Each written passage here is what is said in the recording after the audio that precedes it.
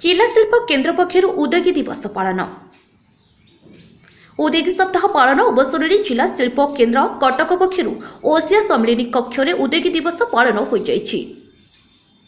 Odisha industry federation chairman doctor Sharad Kumar Sahu मुख्य अतिथि भाव जोग देथिबा बेले सम्मानित अतिथि भाव प्रेसिडेंट ओसियो, प्रेसिडेंट ओईओ, सेक्रेटरी जनरल ओस्मान, डायरेक्टर एमएसएमईडीएफ और कटक जोग देथिबा बेले जिला शिल्प केन्द्र साधारण परिचालक श्रीजुक्त तरुण कुमार महांती अध्यक्षता करथिले। Assistant industry officer Manoj Kumar Mahapatra स्वागत भाषण प्रदान करथिले। शिल्प विकास अधिकारी सीताराम साहू मंच परिचालना सह धन्यवाद प्रदान करथिले। जिलार शताधिक उद्योगी एथिरे योगदान करथिले। ओडिशा राज्य सरकार विभिन्न अणु, क्षुद्र, मध्यम और शिल्प विभागर विभिन्न नीति योजना और उद्योगी मानकर सुविधा असुविधा उपरे आलोचना करा जायथिला।